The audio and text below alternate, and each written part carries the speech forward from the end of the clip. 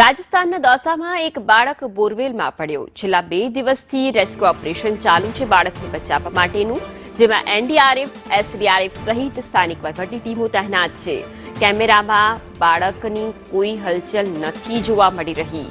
Ion રમતા રમતા બોરવેલમાં પડી ગયો હતો. રાત્રિના 3 વાગ્યાથી પાઇલિંગ મશીન વડે ખોદકામ ચાલી રહ્યું છે. કલાકો વીતી ગયા છે, તેમ છતાં પણ બાળકની કોઈ ભાળ નથી મળી. જે બોરવેલની અંદર કેમેરો ઉતારવામાં આવ્યો છે તેમાં પણ બાળકની કોઈ હલચલ જોવા નથી મળી. પરિવાર આક્રંદ કરી રહ્યું છે.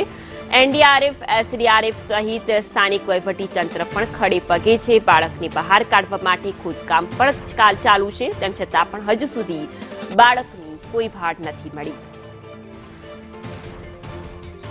રાજસ્થાનના દૌસાની ઘટના છે, જ્યાં 2 દિવસથી એક બાળક બોરવેલની અંદર ખાબકી ચૂક્યું છે. આ બાળકનું નામ આયન છે, જેને બચાવવા માટેના પ્રયત્નો ચાલી રહ્યા છે.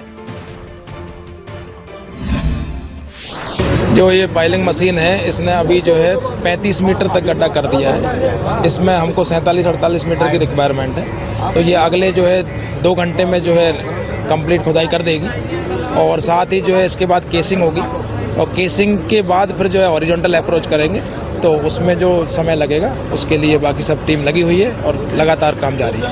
बच्चे की स्थिति का अभी हम नहीं कह सकते, जो जिस हिसाब से दिखाई दे रहा है. तो बाकी आप लोग देख लीजिए, सब वहाँ पे जो डिस्प्ले में है. पूरा रेस्क्यू कब तक होने का है?